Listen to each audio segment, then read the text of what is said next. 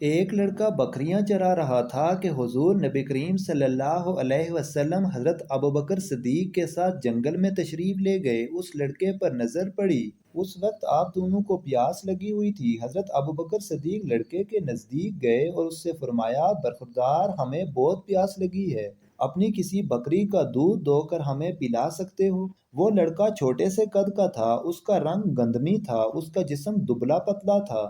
حضرت ابوبکر کی بات سن کر اس نے کہا، صاحبو، یہ بکریاں میری نہیں ہیں، ان کا مالک عقبہ بن ابی معیط ہے۔ اس کی اجازت کے بغیر کسی بکری کا دودھ آپ کو دینا امانت میں خیانت ہوگی۔ عقبہ بن ابی معیط مکے کا مشہور مشرک تھا۔ لڑکے کی بات سن کر حضور صلی اللہ علیہ وسلم نے ارشاد فرمایا، صاحبزادے، کوئی ایسی بکری ہی آگے لے آؤ جو دودھ نہ دیتی ہو، یعنی جس نے بچے نہ دیے ہوں۔ آپ صلی اللہ علیہ وسلم کی یہ بات سن کر اس لڑکے نے کہا، ایسی بکری ہے تو صحیح، لیکن آپ اس کا کیا کریں گے؟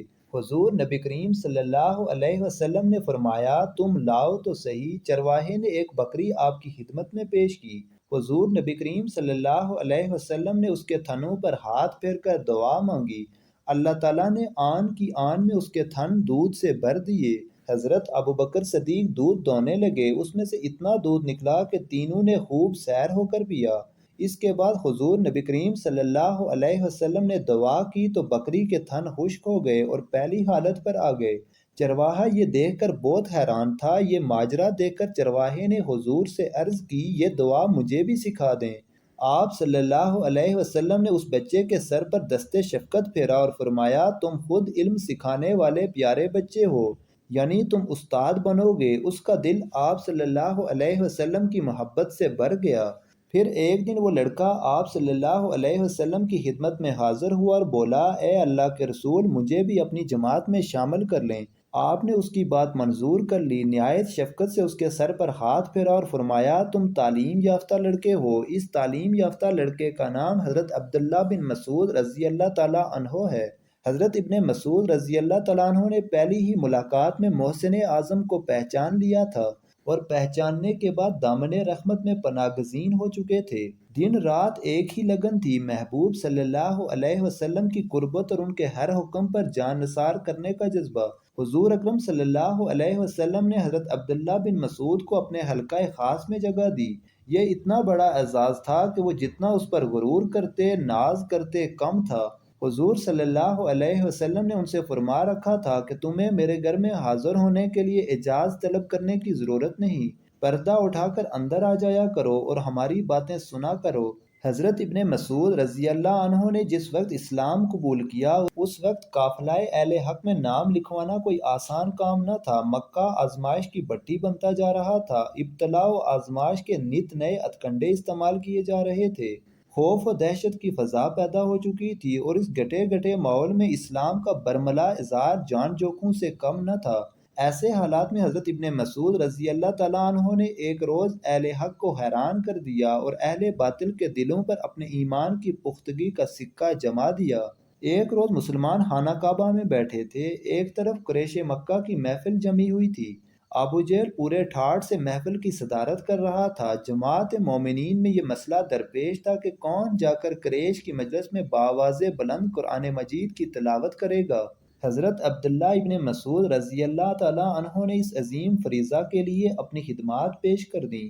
صحابہ کرام رضی اللہ عنہم نے ان کے نحیف و نزار جسم کو دیکھا تو انہیں مشورہ دیا کہ وہ یہ پرخطر کام اپنے ذمہ نہ لیں، مگر یہاں تو فریضہ حق کے لیے طبیعت مچل رہی تھی۔ اصرار کیا کہ میں ضرور یہ کام سر انجام دوں گا۔ چنانچہ یہ نازک بدن نوجوان حلقہ یاراں سے اٹھا اور رزم حق و باطل کا مشاہدہ کرنے مجلس قریش کی جانب چل دیا۔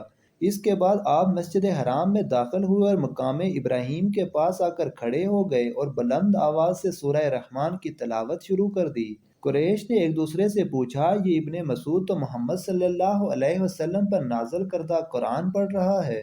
یہ سننا تھا کہ دشمن ٹوٹ پڑے اور عبداللہ کو مار مار کر لہو لہان کر دیا۔ ان کا لباس خون میں شرابور، لیکن زبان پر کلام ربانی کی تلاوت جاری تھی۔ جب آپ فارغ ہو کر ساتھیوں کے پاس پہنچے تو آپ کے جسم سے خون بہہ رہا تھا۔ صحابہ نے آپ کی یہ حالت دیکھ کر فرمایا کہ ہمیں اس بات کا اندیشہ تھا حضرت عبداللہ بن مسعود نے کہا کہ اللہ کی قسم اب دشمنان خدا میری نظر میں گھاس پھوس تنکا کی بھی حیثیت نہیں رکھتے۔ اگر آپ اجازت دیں تو میں پھر سے کل صبح ان کے سامنے جا کر وہی قرآن کریم کی تلاوت کروں۔ سب نے روک دیا اور عرض کیا کہ آپ نے حق ادا کر دیا اور قریش کو وہ مقدس کلام سنا دیا جس کو وہ سننا نہیں چاہتے تھے۔ ابن مسعود نے درسگاہ نبوت سے ہی تعلیم حاصل کی، قرآن مجید کی تلاوت، شریعت الہیہ، قرآن فہمی، صحابہ کرام رضی اللہ عنہم کے درمیان آپ کو خاص مقام و مرتبہ حاصل تھا۔ وقوف عرفہ کے دوران ایک شخص حضرت عمر رضی اللہ تعالیٰ عنہ کی خدمت میں حاضر ہوا اور عرض کی کہ امیر المومنین اس وقت میں کوفہ سے آ رہا ہوں۔ وہاں ایک شخص اپنے حافظے کی بنیاد پر قرآن مجید لکھوا رہا ہے۔ یہ بات سن کر حضرت عمر فاروق بہت غصے میں آ گئے کہ اتنے غصے میں آپ کو پہلے کبھی نہیں دیکھا گیا۔ آپ نے غضبناک ہو کر فرمایا کہ بتاؤ وہ کون ہے؟ اس شخص نے عرض کیا کہ وہ حضرت عبداللہ بن مسعود ہیں۔ ان کا نام سن کر آپ کا غصہ ماند پڑ گیا اور ارشاد فرمایا کہ باخدا میرے علم میں اس وقت عبداللہ بن مسعود کو اس وقت قرآن فہمی میں سب سے اعلیٰ و عرفہ مقام حاصل ہے۔ ایک رات نبی کریم صلی اللہ علیہ وسلم اور حضرت ابوبکر صدیق بیٹھے امت مسلمہ کے متعلق گفتگو کر رہے تھے اور حضرت عمر فرماتے ہیں کہ میں بھی انہی میں شریک تھا۔ اچانک نبی کریم صلی اللہ علیہ وسلم اٹھے اور ایک جانب چل پڑے۔ ہم بھی آپ کے ساتھ چلنے لگے۔ کیا دیکھتے ہیں کہ ایک شخص مسجد میں کھڑا اونچی آواز میں نماز پڑھ رہا ہے اور اندھیرے کی وجہ سے ہم اسے پہچان نہ سکے۔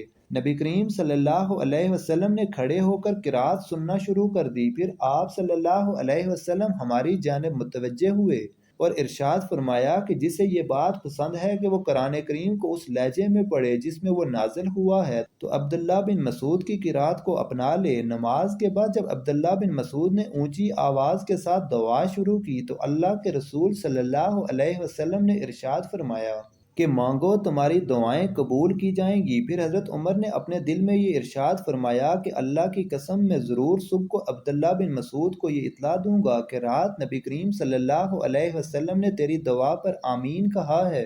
فرماتے ہیں کہ جب میں صبح سویرے خوشخبری دینے گیا تو کیا دیکھتا ہوں کہ حضرت ابوبکر صدیق مجھ سے پہلے خوشخبری سنا چکے ہیں۔ حضرت عمر فرماتے ہیں برملا میں اس بات کا اعتراف کرتا ہوں کہ حضرت ابوبکر صدیق مجھ سے ہر نیکی کے کام میں سبقت لے گئے۔ خود عبداللہ بن مسعود اپنی قرآن فہمی سے متعلق خود فرماتے ہیں کہ قسم ہے اس ذات کی جس کے سوا کوئی معبود نہیں، اس کے فضل و کرم سے مجھے قرآن کی ہر آیت کے متعلق علم ہوا ہے کہ وہ کہاں نازل ہوا، اس کا شان نزول کیا ہے۔ جب مجھے یہ علم ہوتا کہ فلاں شخص قرآن فہمی کے متعلق مجھ سے زیادہ معلومات رکھتا ہے تو میں اس کی خدمت میں جا کر معلومات حاصل کرنے کی کوشش کرتا۔ حضرت عبداللہ بن مسعود نے 60 سال کی عمر میں وفات پائی۔ حضرت عثمان غنی نے نماز جنازہ پڑھائی اور جنت البقیع میں دفن کیے گئے۔ مزید اچھی ویڈیوز دیکھنے کے لیے چینل کو سبسکرائب کریں۔ جزاک اللہ۔